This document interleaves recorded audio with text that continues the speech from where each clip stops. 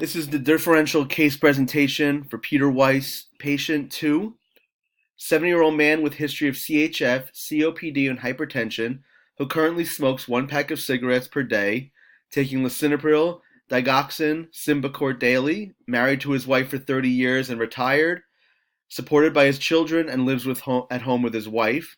He presents to the advanced practice nurse with symptoms of dyspnea, chest pain, flank pain, and fever.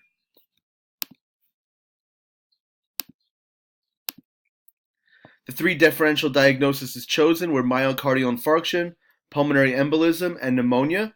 They're all consistent with an elderly male patient who presents with the symptoms previously stated, with the medical history previously stated.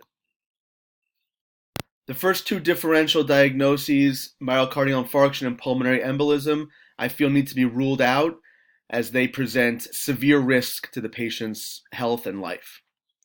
Myocardial infarction needs to be ruled out. Every patient that presents with complaints of dyspnea and chest pain should be assessed for an MI. This patient's at increased risk as his age is over 70, he's male, medical history of CHF, COPD, and hypertension, and behavioral history of smoking 1 pack per day.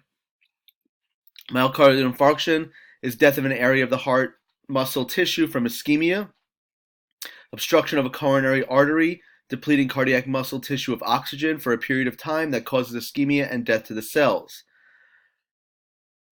Could be from thrombus blockage in a coronary artery, combination of partial blockage from atheroma and vasospasm, or embolism that travels to a coronary artery. Signs and symptoms of myocardial infarction include chest pain, which the patient has, dyspnea, which this patient has, low-grade fever, which this patient has, pallor, diaphoresis, nausea, dizziness, weakness, anxiety, and hypotension. Diagnostic tests that can be used to detect the MI are ECG changes or abnormalities, for example, an ST elevation. You would see elevated troponin levels. These are released from dead cardiac cells. Elevated serum enzymes and isoenzymes released from dead cells. Abnormal electrolyte values, leukocytosis, elevated CRP, and erythrocyte sedimentation rate. We would test for arterial blood gas values and pulmonary artery pressure. The treatment plan for an MI can consist of keeping the patient calm and relaxed, administration of supplemental oxygen, administration of analgesics or anticoagulants, administration of antiarrhythmic medications or digoxin to support the heart. Bypass surgery may be needed, and after surgery or after the MI is resolved, referral to cardiac rehab programs may be necessary. The second differential diagnosis for this patient was chosen as pulmonary embolism. Similarly to MI, the patient presents with the symptoms and the history, and ruling out pulmonary embolism, I feel, is necessary initially as the severity and risk to the patient's life and health. Pulmonary embolism can be a fatal disorder and should be assessed in this patient.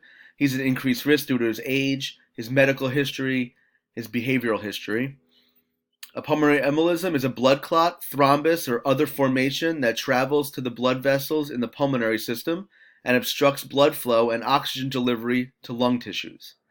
Embolisms, dependent on their size, can be asymptomatic, impair gas exchange in alveoli, or severely necrotize large areas of lung tissue. In this case, large emboli can cause backup to the right ventricle, leading to cor pulmonale in the right ventricle and decreased oxygenated blood delivered to the left ventricle, leading to decreased cardiac output and shock. It can result in cardiac arrest and sudden death. Signs and symptoms of pulmonary embolism are chest pain, which this patient presents with, dyspnea, which this patient presents with, fever, which this patient presents with, cough, tachypnea, tachycardia, pallor, hemoptysis, hypoxia, anxiety, restlessness, hypotension, rapid and weak pulse, and loss of consciousness. The diagnostic tests that may be ordered for pulmonary embolism are lab tests such as complete blood counts and serum levels, showing leukocytosis, elevated erythrocyte sedimentation rate, increased LDH and AST. Arterial blood gas could be drawn, showing hypoxemia, hypocapnia, and respiratory alkalosis, and D-dimer levels that can rule out PE. Electrocardiography, common findings may be tachycardia, nonspecific ST segment and T wave changes. X-rays and MRIs can be used to determine atelectasis and pleural effusion, and pulmonary angiography, Doppler ultrasound, and venography to diagnose the location or original source of the embolism. The treatment plan for the pulmonary embolism would be to find the underlying cause of the embolism, administration of oxygen, anticoagulants, assess the risk factors, educate the patient on preventative behaviors. More severe treatments can be a filter that can be surgically placed in the inferior vena cava to prevent blood clots, accessing narrower vessels, and mechanical ventilation may be necessary, and an embolectomy may be necessary. Finally, for this patient, I chose pneumonia as the third differential diagnosis. It should be considered a differential diagnosis in almost all respiratory illnesses because it's one of the most common conditions encountered in clinical practice. Prevalence is 4.2 million outpatient and emergency department cases annually. It's the second most common cause of hospitalization and the most common cause of death from an infectious disease. This patient's at increased risk for pneumonia because of his age, his medical history, and his behavioral history. The pathophysiology of pneumonia, it can be a primary or secondary infection. This patient presents with a secondary infection, possibly related to comorbid COPD. Microorganisms infiltrate the lungs via inhalation. There's three types of pneumonia: lobar pneumonia, which causes congestion and inflammation of the alveolar wall, leakage of debris and fluid into alveoli, and formation of a lobar solid mass and consolidation. Bronchopneumonia, bacteria infiltrate the bronchial mucosa of lower lobes in scattered small patches, leads to inflammation and purulent exudate in the alveoli. Interstitial pneumonia, microorganisms infiltrate interstitial spaces of the lungs in scattered small patches. It's a descending infection from the upper respiratory tract to the lungs and leads to interstitial inflammation around the alveoli and necrosis of bronchial tissues. Signs and symptoms of pneumonia: chest pain, which this patient has, dyspnea, which this patient has, and fever, which this patient has, a productive cough or non-productive and frequent cough, purulent sputum, adventitious breath sounds and auscultation, including rales and rhonchi, chills, aching muscles, sore throat, tachypnea, tachycardia, fatigue, and malaise, headache, confusion and disorientation, and leukocytosis. Diagnostic tests that can be ordered for pneumonia: chest x-rays showing lobar consolidation, interstitial infiltrates, and cavitations. A CT scan of the chest for patients who have a negative radiography results,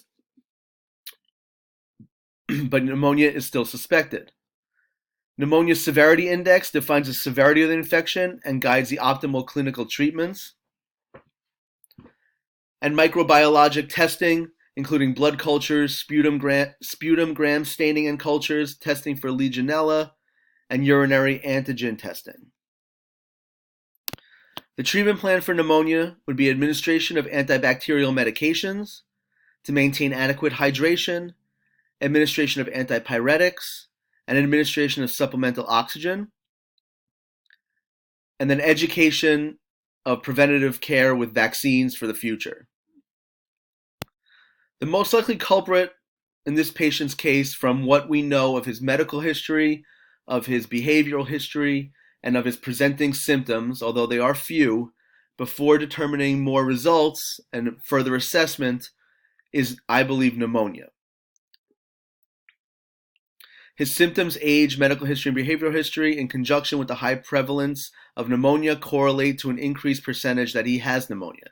Additional assessment and diagnostic test results will either confirm or rule out this diagnosis. I feel confident that it is important to also include myocardial infarction and pulmonary embolism to the list of differential diagnosis related to the severity of these two phenomenon and to rule out these two highly fatal phenomenon. I originally included, before doing research, COPD exacerbation, pulmonary edema, and I had pneumonia. I later changed COPD exacerbation and pulmonary edema to myocardial infarction and pulmonary embolism related to the severity and the primary need and the priority to rule those two out. If we can rule those out initially, then we can add on COPD exacerbation and pulmonary edema as a later differential diagnosis. But to add MI and pulmonary embolism later is reckless. All original and research differential diagnoses could be included based on patient 2's limited initial history and assessment. The first two were changed related to the severity and fatality of MIs and pulmonary embolism. As I said, it's important to prioritize ruling out these two differential diagnoses. Thank you very much for listening to my presentation. I hope you learned something, and I look forward to feedback.